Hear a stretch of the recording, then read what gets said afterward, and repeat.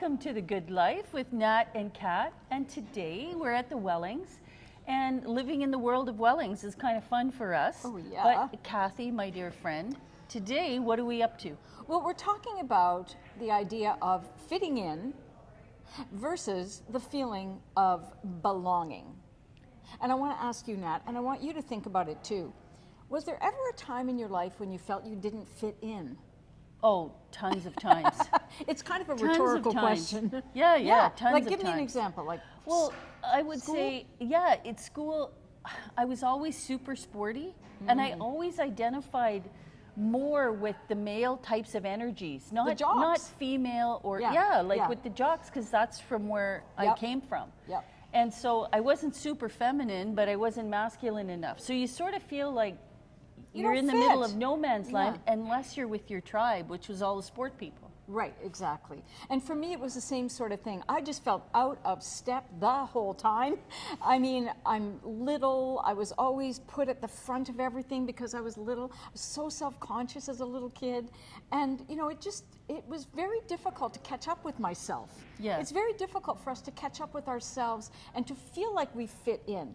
And I'm sure you have a situation that you were thinking about too, where you felt you didn't fit in. And doesn't it feel so stressful? It's so stressful and exhausting for us to try to fit into something we're not meant to fit into.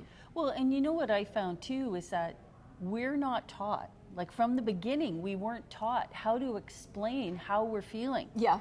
And why it felt so odd for us, right? Like nobody said, well, belonging means and Right. fitting in is in this way, and this is how it would make you feel. I mean, I'm in my 60s, and it took me a long time before I realized the terminology and what it meant to actually belong Yes. versus trying to fit in. And I think that's a really good point, because I know in my coaching practice, I meet women at about midlife when they've done everything they thought they needed to do to feel good and feel happy, and it didn't work. So they feel out of step. They're still trying to fit in. They took on the role of mother. They took on the role of, professional, or, having a job or whatever, taking care of their parents. They did all of these things expecting, because that's what they were told, they would be rewarded by feeling like they belonged and like they fit in. But the truth of the matter is, when we talk about fitting in, that's the work piece. That's the hard part. Whereas belonging comes naturally when you know who you are and you recognize that each one of us is unique.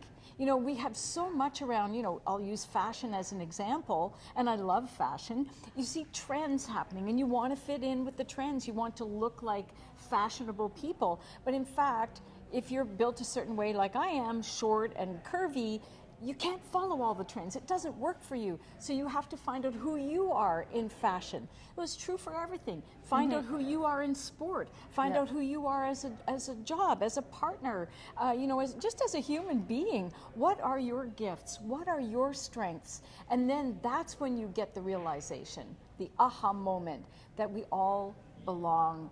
We're all enough as we are. It's amazing, how I it think takes us that's so amazing long. that you say that you're enough for yourself. Yeah, exactly. And but it just seems to me it takes a long time before you can look at yourself and say, I'm enough. I think this is what it is to be human, though, frankly. I think that's part of what they call the hero's journey. Joseph Campbell calls it the hero's journey. When you look inside to see who you are, how you feel about certain things, what are your opinions and views, and just rest with that. Instead of having to feel combative or having to convince anybody of your viewpoint, yours is valid. You can feel however you want to feel. It's up to you entirely.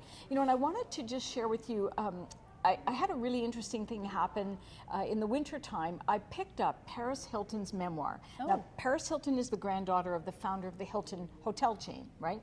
And she was always known as what? A party girl? Yeah, party girl, Entitled, fashion. That's all she did. Fashion, Fashion party, and entitled, privilege. And social media. Social media. So we all thought of her as whatever we thought of her.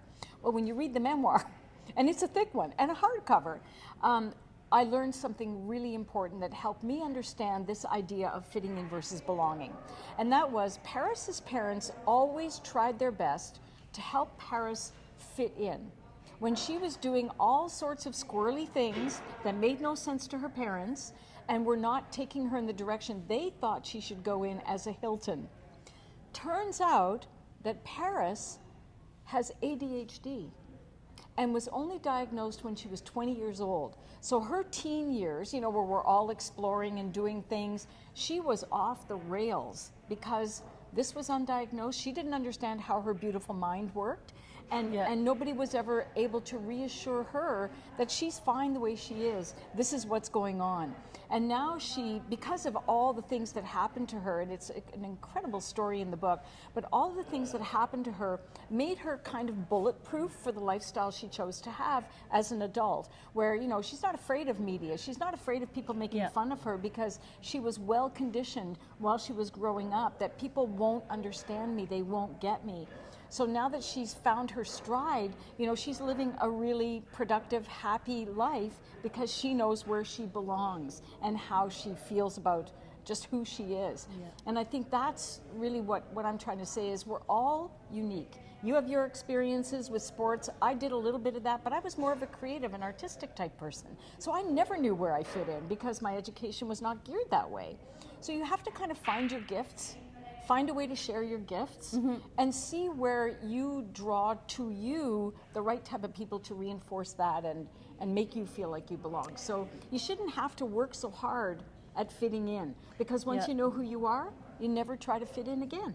Well, this is it, and I think when you get a little bit older as well, and the pressure of, you know, either running a house, having a family, you know, being a career person, all of this, in a household where your husband's also doing the same thing and your kids leave, all of a sudden you have this extra time and you think, what am I going to do with this? Right. Like you've identified your whole life as, I'm supposed to be, you know, child first, family first, cooking first, all of this first. And now you have time to actually sit back and think about what you need for this next part of your life. Yeah.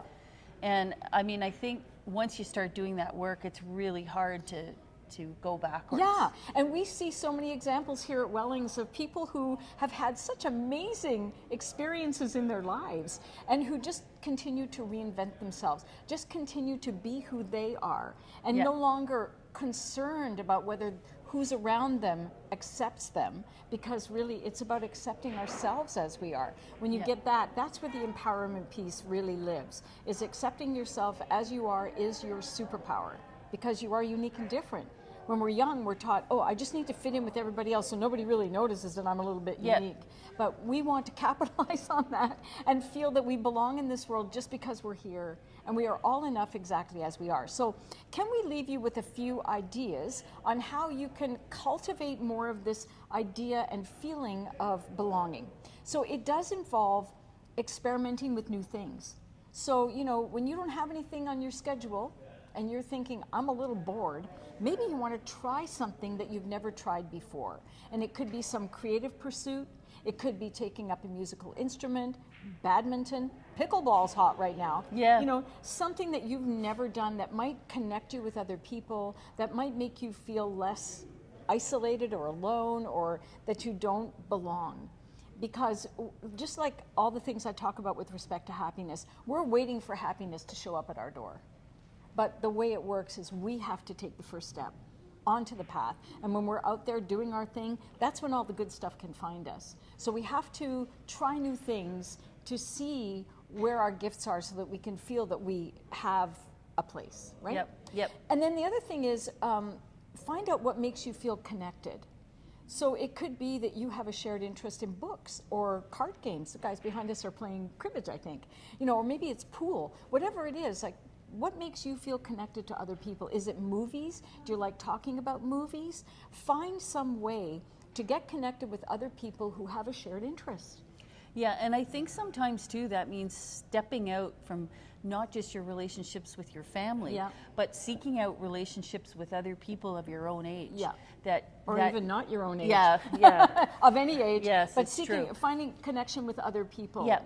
And sometimes, you know, what I love about this sort of ageless mindset, it doesn't matter what your age is, it's your attitude, it's your approach that keeps you feeling kind of ageless, right?